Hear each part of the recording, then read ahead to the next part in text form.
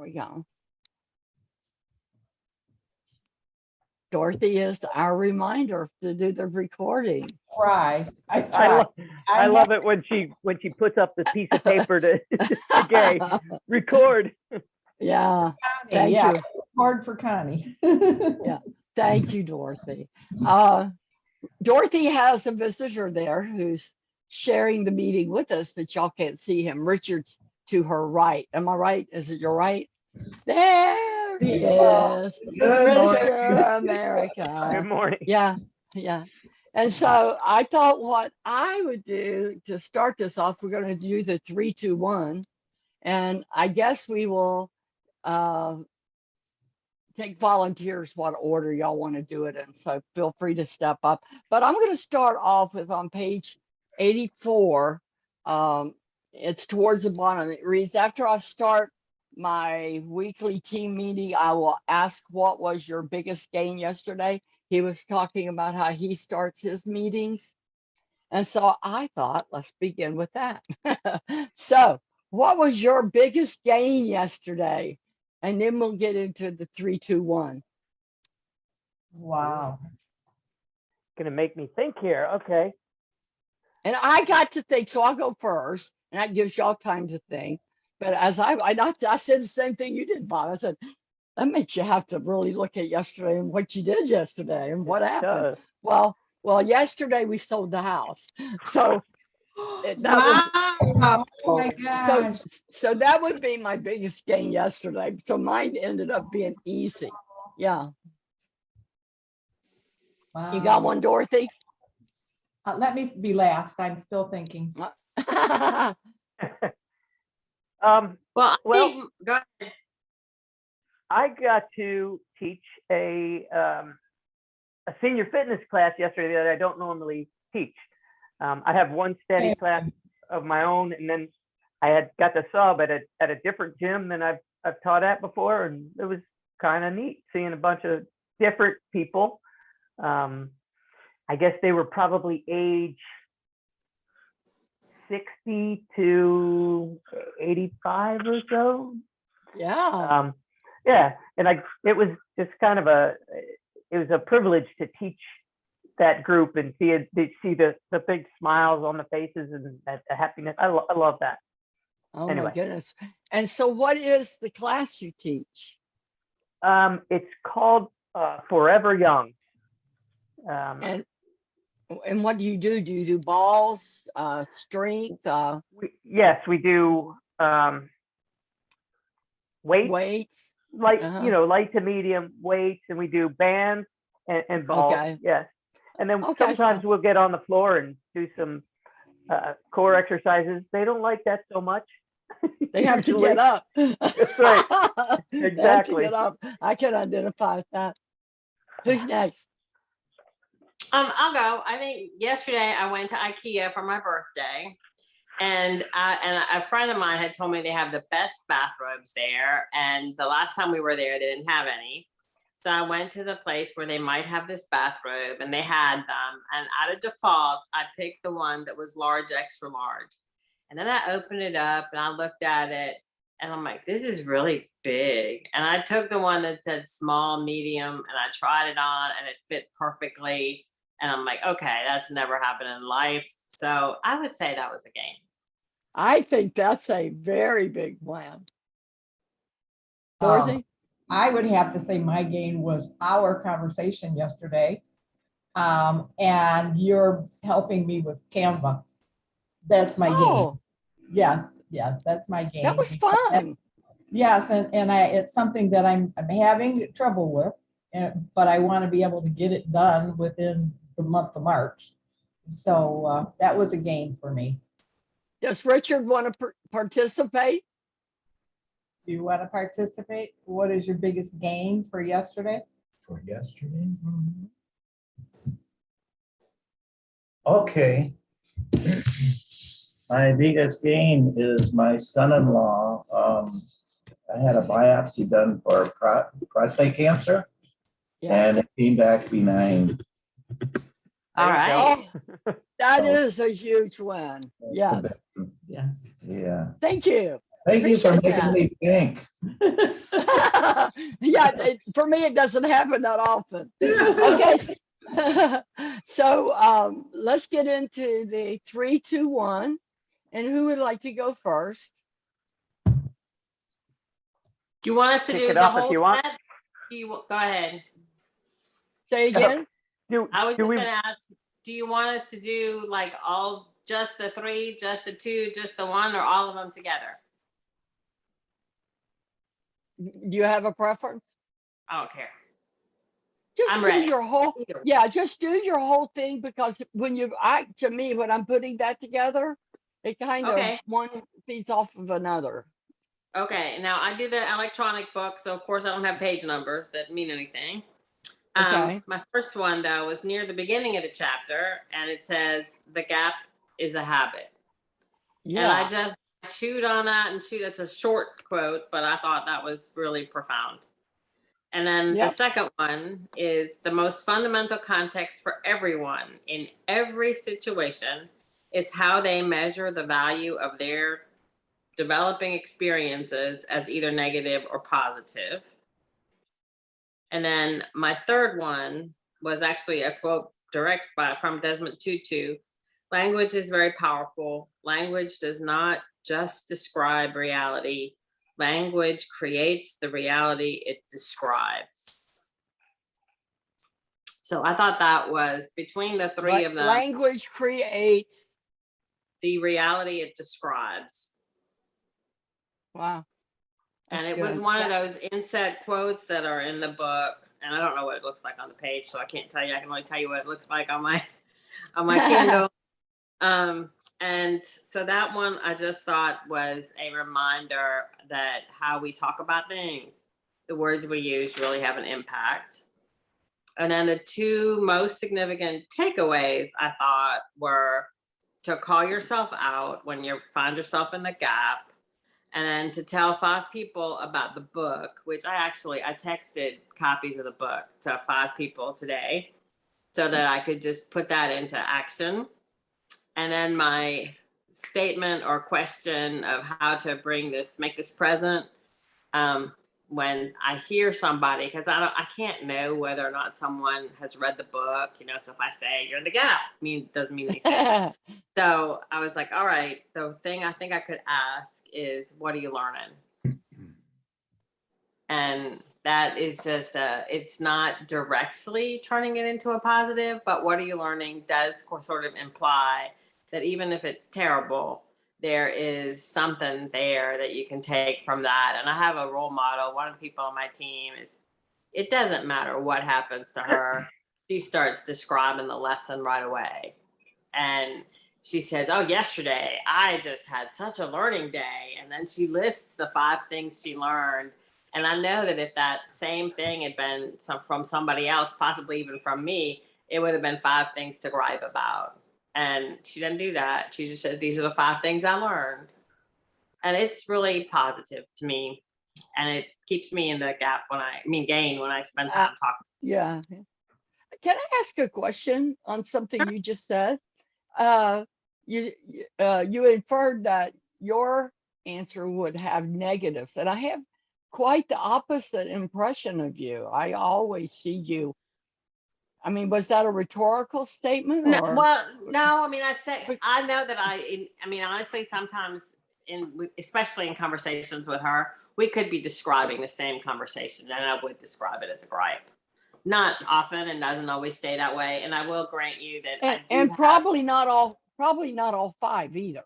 That's what struck me. Not 5 either. Yeah, and you said all 5. I did, and I think you're right, and thank you for calling me out on that. I have fairly good reframing skills that are going to get better. I like that you called her out on the gain or the gap rather than the gain. That was really good. That's one of the things it describes. Yeah, feel free to call yourself out or call other people out. You got called out, Rosanna. I did. With permission. Yes, absolutely. Who's next? Thank you. That was so good. Thank you. Go ahead, Bob. Okay. I was looking at you anyway. Oh, were you? Okay. 3 takeaways. I thought one of my biggest takeaway that I like the most is be grateful, because it helps you actually see and really appreciate your gains. And it also helps you see the gaps as a lesson. Like Ruth Hannah was just talking about, the lady at her office sees those what could potentially be gaps as big gains, even if it's just a lesson. Doesn't have to be a positive experience, but the lesson out of it was her gain, which I thought was cool. So be grateful about even those things. Another takeaway I thought was pretty good was a comparison is a sure way to put you in the gap. If you compare yourself to others, but really people only show you what they want you to see. So you have to be really careful and thoughtful about comparing yourself to others and not let that put you in the gap. And I think that's why social media is just so dangerous, especially for like teenagers and kids, but even for adults too, because it gets you into that comparison mode where you compare yourself to others and just keeps you in that gap, or it has the potential to keep you in that gap. Wow. Third one is being in the game does not mean you lower your standards. Doesn't mean your standards are low. It lets you appreciate how far you've come. Because a lot of the things that he described in the book as gains, some people would see it as you're compromising your values by not striving for perfection. Doesn't mean you're not striving for perfection. It's just appreciating from where it is that you came. 2 quotes, which this one kind of is exactly what I was just talking about. Being in the game doesn't just make you happier, it makes you more resilient to challenges. Meaning you can appreciate the gains and be better at tackling the challenges that are ahead of you. Another quote, which, you know, in the current political environment in the country, I think is pretty telling. It's people with low emotional intelligence are highly sensitive to the fairness violations. They really want everything to be fair or weighted in their favor. Oh, I love that. Yeah, I do too. It's very telling of the political environment, isn't it? The Mhm. when I read that, it's true of me, and I'm such a fair person. But I realized as soon as I read that, I like it if it's weighted in my own favor. But if it's Right. not, if it's in somebody else's favor, I don't really like that. I like it best when it's not in either of our favors, but it's certainly all right when it's Well, weighted in my favor. Yeah. right. And if you have a low emotional intelligence, you really want it weighted towards you. You really, Right. and I sometimes just have my fingers crossed. You know, it's not important. a That was win-win good. is not necessarily important to those Yeah. people that are totally fair-minded. Anyway, Now, do you have the Audible, the listening book, Bob? I don't. Did you listen to this chapter, Dorothy? Mhm. Okay. So when Dan Sullivan, he talked, I really thought about playing it for you. And it was so long that I said it would take up too much of the meeting. But he said in there, after a lot of other expounding, he said, during the pandemic, he would not, when you said social media and stuff, it reminded me, he said this, and it struck a chord with me. And he said, everyone that I was associated with, he said, I did not allow them to talk about what should have been done, what could have been done, who didn't do and what was, how this all happened, because all they were doing was adding to the problem. It was all about what was next. It's kind, you remember him saying that, Doris? Yeah, Did anything from that end part where he talks about, did that, did any of That that was, stick with you? that was the thing that stuck out with me, is that Yeah, anything that was negative, he would, not want that in the conversation. And he talked about the 5 minutes. You can think about that. You can be in the gap for 5 minutes. Yeah. And yeah, and that he is very interesting. That's the thing that stuck out with me also. Yeah. well, like what Ruth Hannah said before, and I'm assuming she was alluding to this, but I am so much more aware of gap now than I ever was before. And it's not that I don't go in it. And I finally gotten the message that it's not wrong to go into the gap. It's your nature. And then the next part is, how quick can I get out of the gap? Where's the door? How can I exit? That's how all of this has affected me. Yeah. Yes, and that is for me too, being aware of it and not giving it much time. Yeah. Yeah. It's Yeah. a really simple way to think about it too. It just, Yeah. it makes you more grateful in your life if you think about the gains. I really like this way to think about it. And then when he little talked different than about, yeah, when he talked about giving up, if you complained about it, you would have to give it up. How many things that are precious to you, forget that you just like, but are precious to you, that you complained about, and if there was that rule where if you complained about it, you had to get rid of it. And it makes you think about, like Gay and I talked about this when I was first read the book. That really, that really stuck out with me, because I looked around me at what the things I complained about, and no, I would not want to be without any of them. Anything I was complaining about, it was something that I wanted in my life, and I had been complaining so much about it. And Gay says, I want to keep Buddy. I have to quit complaining about Buddy, because I do. And she said, that really strikes home with me, because I would never want to be without Buddy. So if there was a consequence, that if you were ungrateful, what you mentioned, gratitude, and complaining is being ungrateful in a sense. So yeah, did that part, did that stick out to you? Yeah. Did you, Talked about, they talked about a process of imagining that it's taken away from you. And then you work yes. more. Yeah. Did anybody do that exercise? I did not. What's the exercise was that? I'm sorry. Say that again, Dorothy. There's an exercise. Go ahead, Ruth Hannah. The exercise of imagining your life without someone, and I actually used Gay as the person without whom I was going to. Page 76, Bob. Yeah. And it was really interesting. I mean, as far as, part of that was like, I met Gay when I had my first real job out of college, and our boss at the time, told me that I could have her job if I went back to school and took these 5 classes.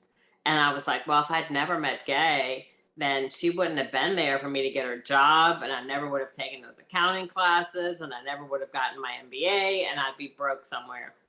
And it was really clear. I mean, it was a great exercise. Actually, it's fun. And you might want to, mine, I was looking to see if I wanted to get a piece of paper and do it. I intended to, because I do all the exercise. But when that happened, Tony came to my mind, and I didn't want to even do it. I didn't want to think about life without him. And then I couldn't help it, because it's the exercise. And so it all just happened internally without me ever getting out a piece of paper. And then I got down to the part where he's here and how much I appreciate him. So it happened without a pen and paper, and it was Tony. Yeah. You, Dorothy? I felt the same way, and I didn't do it. Yeah. Oh, yeah. That's interesting. Yeah. Anything else, Bob? I did have my kind of lesson. I loved when he gave the examples of the spoon and the cookie and his own kid, and how the daughter was not happy when she only had 5 spoons instead of 6. She didn't think about the gain. There's so many things in life that you could put that example on, but just the kid aspect just makes it so simple and easy to understand how you can get in that gap so easily. Yeah. You know, think like a kid, and adults do the same thing, maybe in a different way, but they do the same thing. I thought that was a good lesson. Him talking about the garage being messy, and he snapped at his son, and he even by example showed that, you know, that's a really big gap to be in, you know, reacting to your son in a way like that. But he got right out of it and called his son right out there, and that was very examples good. for some kids were good. Yep. You got a question? Oh, I thought about the family environment coming from a family of 7, okay? And a lot of times you're in the gap because what you see for others, okay, and you didn't get it, it's almost like you didn't get love. Or you know, there's 7 kids and you get a piece of cake and somebody else gets a bigger one than you do, or you know, it almost relates to love. So it can become a habit because you think that you're not getting love because they're getting whatever and you're not getting it. So, but I automatically went there when I was thinking about that. But for me, the 2 quotes that they had, comparison makes you unhappy, and there's no end to comparison if if that's the path you choose. And the other one was be unique, don't compare. Instead of focusing on self-comparison, you focus on valuable things and actions created through your unique thoughts and experiences. And it also made me think of what we preach is the obstacle is the way also. So, you know, those are things that as I was going through there, I was thinking, well, the obstacle is the way. So that will put us in the game, you know, if we keep thinking that. I liked the couple of studies that they did, on the one on the nuns, and where they had them fill out forms, and then many years later, those who had filled them out and had positive answers ended up being the ones that lived like 10 years longer. So that shows that, you know, having gratitude and being positive is a good thing, even with nuns. And the women who cleaned the rooms, and they told them, you know, that this is exercise, one group, and they were more productive and happier in their jobs just by knowing or being told that it was exercise, you know, a different way of looking at the drudgery of doing those jobs. And a lot of the things that I had were already said, like the gratefulness, and it being a habit. That was something else that I had. That was a big one. Yeah, that's mostly what I have here. Yeah. So when they were talking about that shake at 630 calories, and I didn't get that. Did anybody get that? It really lost me, because I do believe calories in, calories out. And unless I misunderstood him, am I to believe that because they believed it was 120 calories, those calories wouldn't eventually add weight to your body? It's not how I understood it. I understood it that the impact of the number of calories and therefore their perceived satiety had a measurable impact on their actual hormone levels. on the ghrelin being a Ghrelin, hormone. yes. And so I felt like, okay, that I don't think that the impact to your weight was necessarily going to be different, but well, it could in the long term. But if your expectation is that if you ingest 630 calories in this shake, that you're going to be satisfied, therefore you are satisfied. And then the ones that thought that the same shake had 120 calories felt deprived and therefore were unsatisfied. I thought that was the point. I didn't think so much that they were necessarily going to gain or lose more weight based on those calories. It was their satiety, and that their satiety impacted their hormone or was reflected in their hormone. And I did, when I looked at it, I thought that in reality, when they look at something that's high in calories, there's a little bit of an anxiety or a little bit of guilt involved. And that possibly could affect your hormones, the way that the ghrelin, how that works. yeah. Just by feeling like you shouldn't be having them.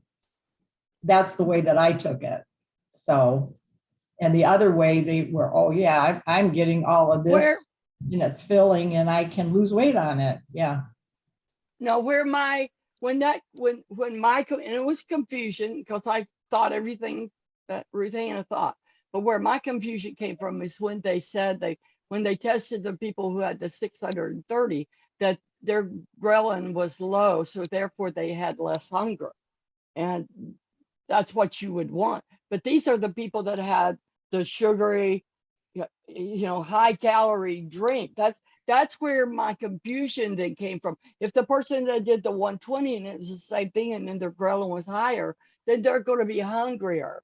And so to me, that by them saying that, I was assuming that if your ghrelin's low and you're not hungry, that's a good thing. But then they had the 650 calorie shake, but they didn't, and they did know that. And then the other ones that didn't have much calories in it, they were still hungry. So that would mean they would more likely eat. Does that make sense at all? I mean, did you see where? I think that's because you have an understanding of the ghrelin more so than me, because I didn't even think of that. Yeah. Well, anyway, that's not. Do you have any thought on that, Bob? I just think if it actually changes the hormones in your body, it could have an effect on how you metabolize food and how you actually process it. Yeah. So, I mean, it kind of made sense to me. And then that triggered law of attraction, that whole thing that's out there that people learn. The book, The Secret, is very much into the law of attraction. And not many people give that much attention. The ones that do give it all of their attention. And then what you just said is really what the law of attraction is about. What you believe, what you see, and that it can change how you metabolize things because you don't believe that this is going to happen. You believe that's going to happen. So that even made me see a little bit of that. You would be happy if you stayed more on the positive side, all of those things. Right. It all adds up. And it's kind of similar to the nun example. If you're happy and you live longer, they had the exact same, they may have lived in the same convent, had the same exact experiences, right. But the positive ones lived longer. There's something to that in that it changed the makeup of their body and how they kind of took in stress and how they kept it, and bad things happen. Vice versa, good things happen when you have a positive exactly outlook. I thought of my mother. I thought of my mother because my mother has always put things in God's hands and always been grateful. And here she's going to be, she's 99 years old. So I thought of her when we were, reading this or hearing it, because here she is. She's 99 and she's always been grateful and always been caring and had a pause every day. She'll say, well, it looks like it's going to be a good day today, or whatever. I think maybe, whatever the positive is, even though she watches all of the news and knows all the negatives, she always comes across as a very positive. Everybody that she runs into says, I love her. She's just that kind of person. And I think that has made a difference. I Well, mean, she's made me feel like part of the family, and I've spent maybe 3 visits with her in all these years, and Yeah. she does have that effect. You instantly just Yeah. feel better when you're around her. Yeah. She sends me birthday cards and everything. If somebody gets sick, I get a card from Gladys, and She doesn't she's do so amazing. much I more. love what Ruth Anna does. I have my little things Ruth Anna has sent me here. I use my coaster. Yeah, it makes a difference. I just love that. So y'all really hit on all of the high spots. I do have things highlighted. Let's see. Perception shapes biology. I highlighted that, and that's really what you were talking about, Bob. Yep. And what shows that our perception of events and situations shapes how the events affect us. So the meaning we place on something. That was and this the bodies change and they become fitter and healthier. This was not due to this, what we're talking about, due to the change in their behavior, but because their behavior did not change. The physical change could be explained only in how they perceived their behavior.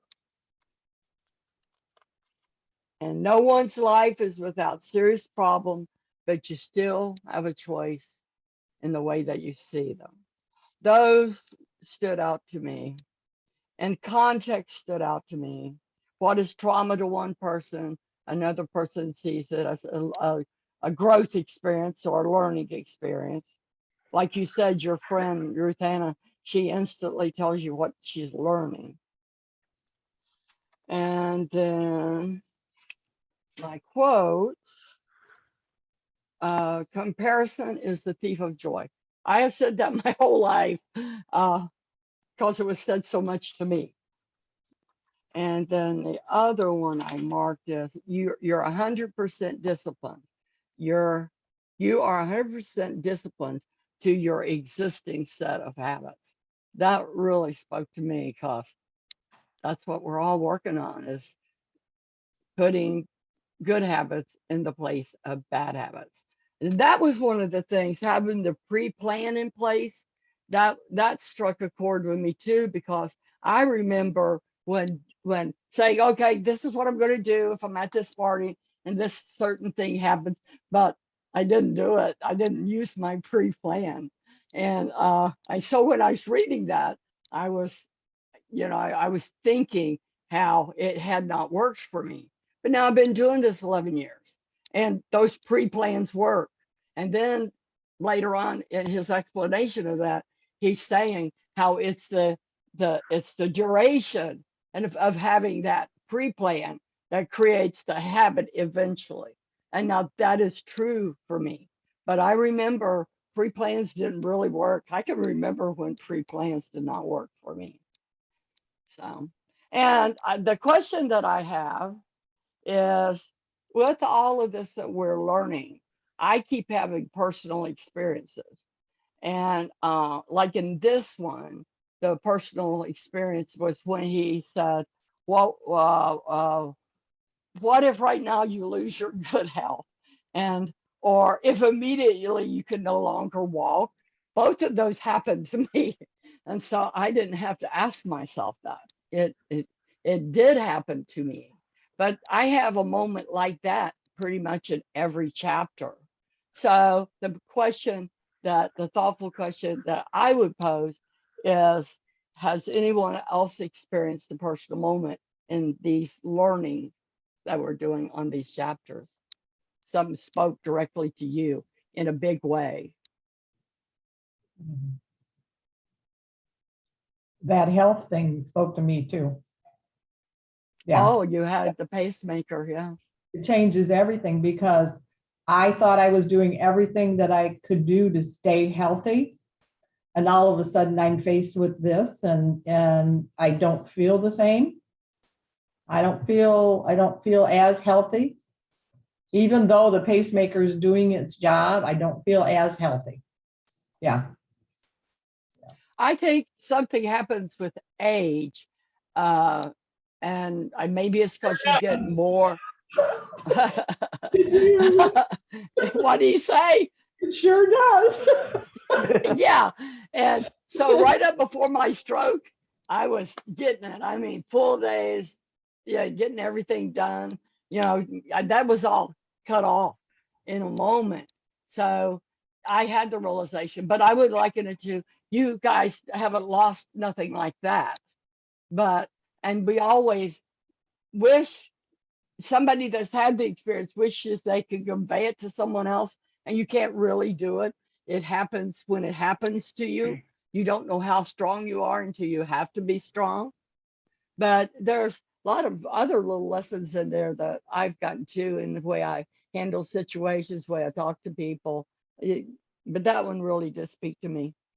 Anything with you or Ruth I Ann, have- Bob? I had a client that said something to me, and I'm in this book, which she definitely was in the gap. And I didn't say you're in the gap. I had to switch it around so that she would look backwards instead of forwards to what she's got to do. And she's got a long road. But I was able to get her back into the gain of what she's already lost. So I thought of that when I was helping her. I thought, I That's got to get her out. wonderful. Yeah, I got to get her out of the gap. Yeah. Ruth Ann? I think honestly, the one that stuck with me the most is the gap is a habit. And Oh. that was so Yeah. personal to me in terms of, I just keep thinking about how many in the past, I don't know, however long we've been doing, I mean, I think 5, 6, 7, however long we've been sitting here on Friday mornings together, talking about habits, honestly. And that is such a pernicious one. And Yes. yeah, I have some skills to get out of the gap, but I think about below the line, above the line, which is very similar, really. And how much training and thoughtfulness it has taken us to get to the point where we recognize it in ourselves and, you know, we recognize it in other people. But for me personally, it's definitely, that was the strongest. This is a habit. And I have control over that in terms of, I you know, I know. can take the habit. Yeah, so you're replacing bad habits with good habits. I mean, the gap is a habit, but so is the gain. Yeah. The gain is a habit, and it's just how long you do it. It becomes more and more of a habit, and you get better at not going into the gain. And if you do, you recognize it. I think that's the whole important part. And you're right. It just ties into so many of the other things that we've done previously. It really does. And just the way, I'm sorry, go ahead. I was just going to say, I think they need to teach this kind of stuff in schools so that Seriously. as we grow up, we have these ways of controlling life, and even passing them on to our children. You know, it's too late for my kids. You know, I'm already Yeah. messed up. But they can fix themselves. It's not too late for them. I know it's only too late for me to be the one to inspire that, but Oh, not really, because I can still do things, you know, like ask those 3 questions that Dr. Anderson always asks, what is it? What did you expect? And you know, What- but you What wish, happened? What did you expect? What's next? yes, but you wish you'd have had that, 50 years ago. Oh, I say so many times, if I only knew then what I know now. Right, exactly. Yes. And Angelou? Maya Angelou. Maya Angelou. Oh, yeah. Said if you know better, you do better. Yeah. Exactly. Yep. One would hope. One would One would hope. hope, right. I was Yeah. gonna say, the other thing I was gonna say is now, after thinking about what Connie said and what Bob said, I wrote down the gap is a habit. I could have written I down do. gain is a habit. Oh, That's true. Yep. Yep. And I didn't. So That's- I will remember that. Thank you. Very much. enlightening. Remember the goal isn't to never go into the gap. Instead, the goal is to get yourself out as soon as you can. So I think that's where forgiveness and then growing comes from right there. You could stay in the gap in an effort to make yourself better by thinking about all the things you have to change. But he's saying you don't worry about that. You just adapt that new living in the gain and you don't worry about the gap. You're going to get in the gap, get out of the gap as soon as possible. Yeah. So does anyone else have any more to contribute? Mm-mm. So let's go over the end of the chapter takeaways. You got your book there, Bob? I do. Page 85. Yep. Okay. I have my bookmark there. Good. Go ahead and read those. So the chapter takeaways. takeaway, being in the gap creates a negative compound effect in your life. Vice versa, being in the gain creates positive compound effect in your life. Third, research shows that happy people often live 10 plus years longer than unhappy people. How you frame an experience shapes how your body processes that experience. Having language for something allows you to perceive it and use it. The gap in the gain is a useful tool because there is a language for it. And that's very true. I mean, really is. Call yourself out when you go into the gap. I think an unsaid of that is allow others to call you out as well. I like that part of it. But anyway, explain the gap and the gain concept to those you love and give them permission to call you out when you go into the gap. Oh, okay, that makes sense. Practice mental subtraction to remind yourself of the gains in your life. Create a gain tiny habit recipe for getting out of the gap, such as the 5-minute rule, the women's 5-minute rule the women's soccer coach used.